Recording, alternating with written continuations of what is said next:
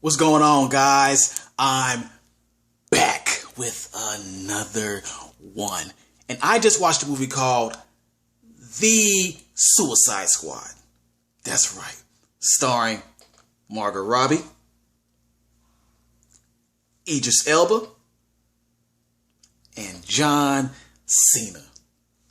First of all, I'd like to bring to your attention my confusion with the second coming of the Suicide Squad. Now, we all know years back, the first Suicide Squad came out. Right? A lot of people were disappointed, upset with this version of Suicide Squad. And personally, I felt like this should have came out in the 90s. Because if it came out in the 90s, it would have actually been a hit movie. But unfortunately, this is the 2000s and something. All right, and we expect a whole lot more in the 2000s and something. All right, so it was underwhelming. All right, so we go into some years later. And they start to announce that they're going to redo or make another Suicide Squad movie. And they're going to replace Will Smith with Idris Elba. Or this is how it was told to me. Alright, so when you tell me this, or explain it to me like this, I'm automatically thinking that this is going to be the first one, but just redone. Maybe a different plot, whatever, with Idris Elba instead of Will Smith. So I'm already thinking to myself, this is going to be another failure for DC. What are they doing? Why are they even doing this? Can't they see the future already? Okay. So now we are in the future. And the Suicide Squad has come out. So my question is, did they really just go in there and redo what they already did with a different Deadshot? Or is this something completely different? We're about to find out. Let's go. The Suicide Squad, for those who don't know, for those who are not aware, if you're not aware, I think you're one of those people who are so repulsed by anything that DC does at this point, that anytime you see something, anytime you see the DC logo, you turn the TV off or you switch your phone to something else or whatever. All right, you don't even want to watch the rest of that. Other than that, you're aware of this. You are completely aware of this. Don't play those games with me. Right? The Suicide Squad is pretty much the second coming, or not the second coming. I'm sorry. It's the second mission done by the Suicide Squad project, all right, with a fairly different cast for the most part, all right.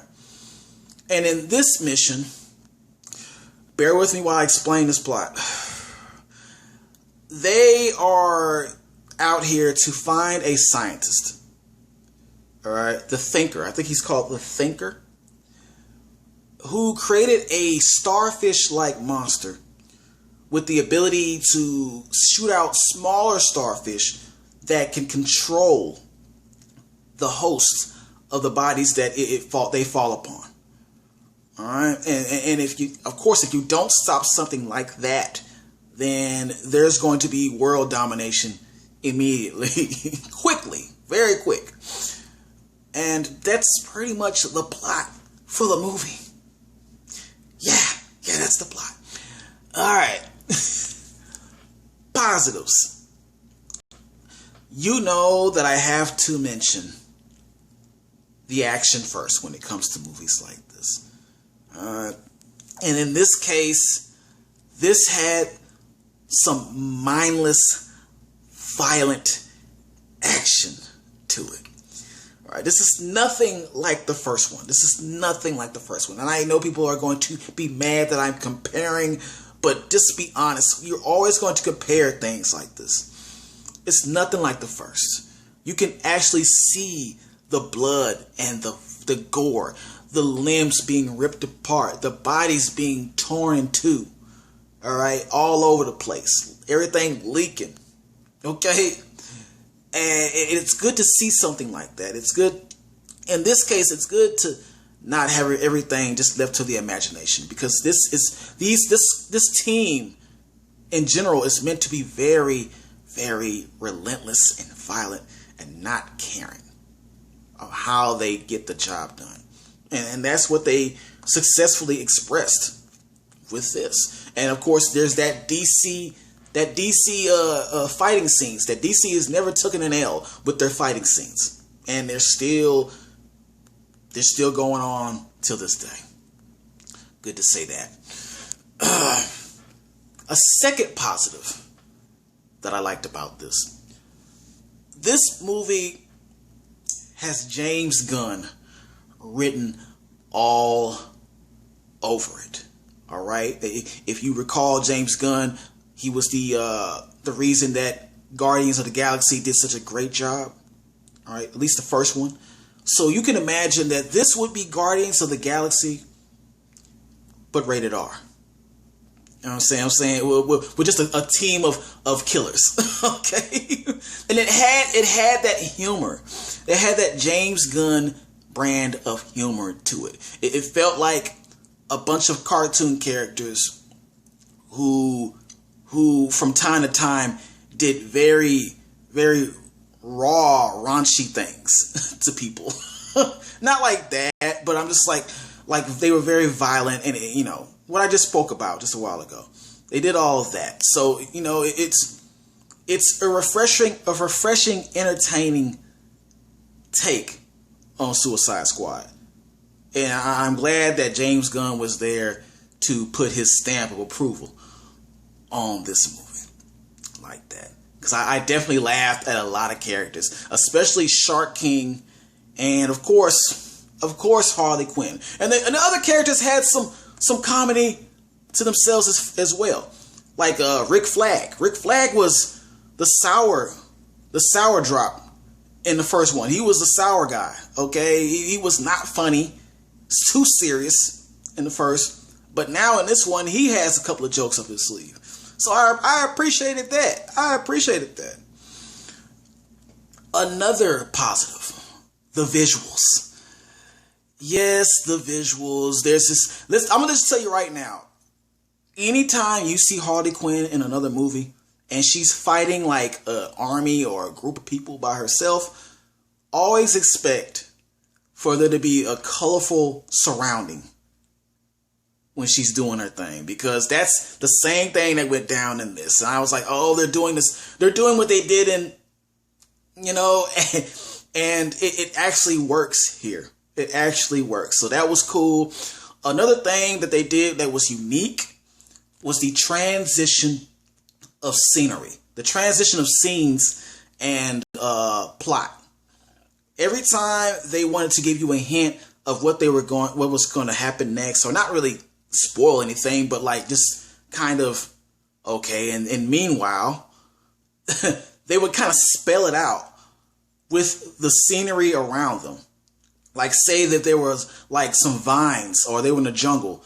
They would have a scene where they would pop up and the vines would spell out. And while this was happening, or meanwhile, if you get what I'm saying, yeah, it did stuff like that. And I've never seen another movie of recent do this. Okay, so that was highly enjoyable to watch that. I appreciated that, the artistic value of that. Okay.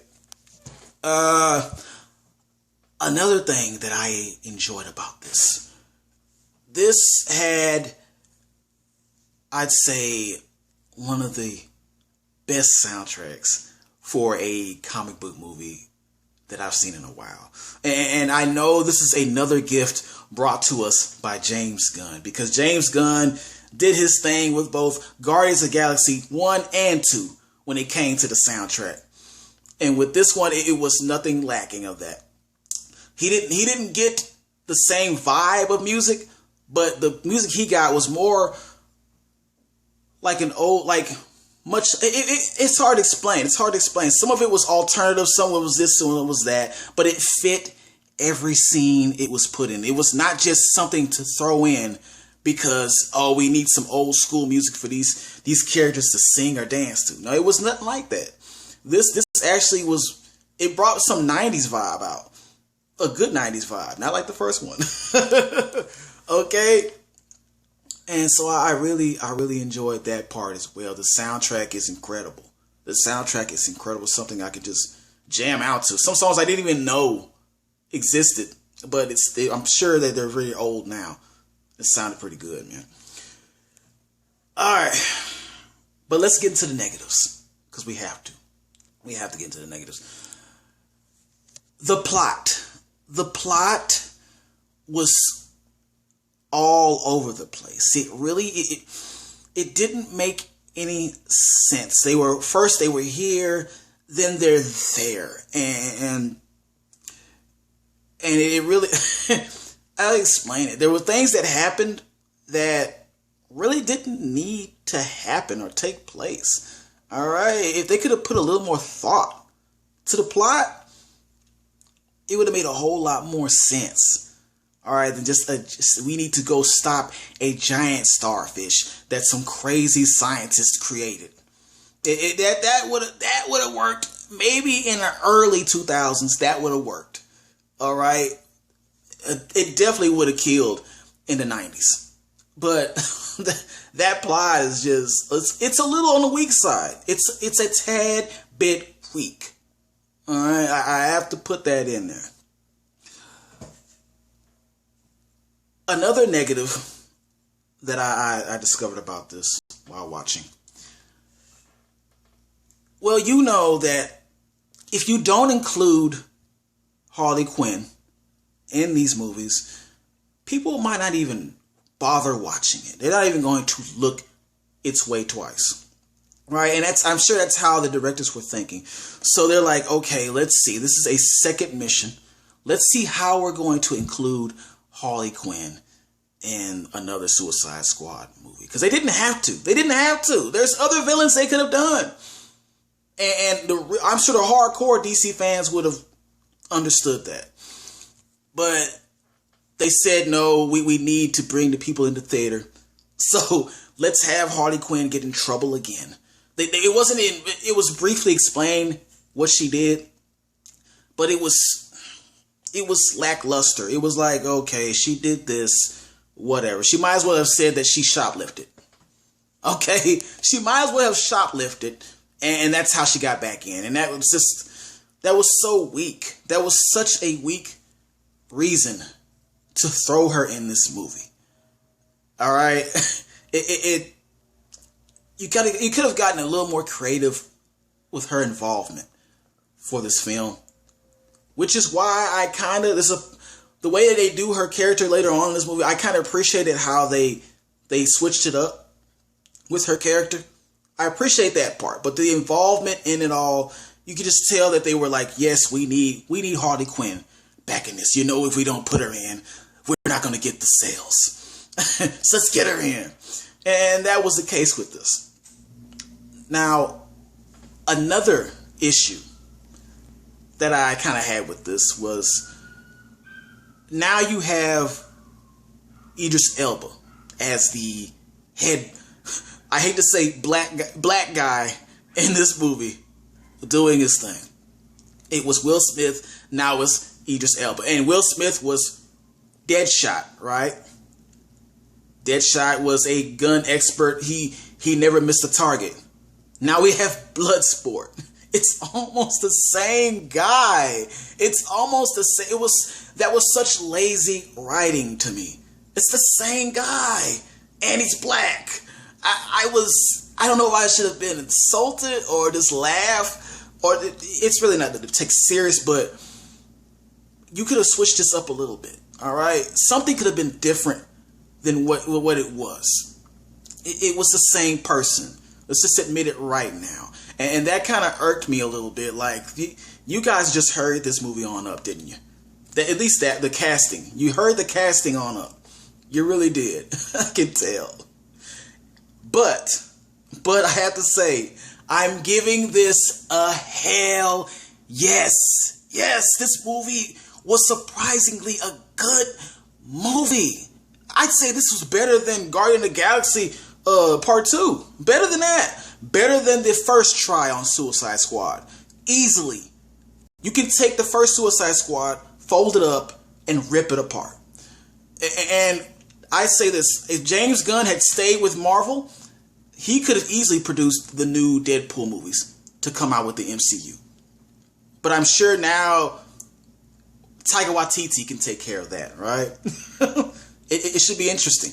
But James Gunn, salute, man. This is a good movie. I want you to like, share this video, and if you haven't subscribed, you better subscribe.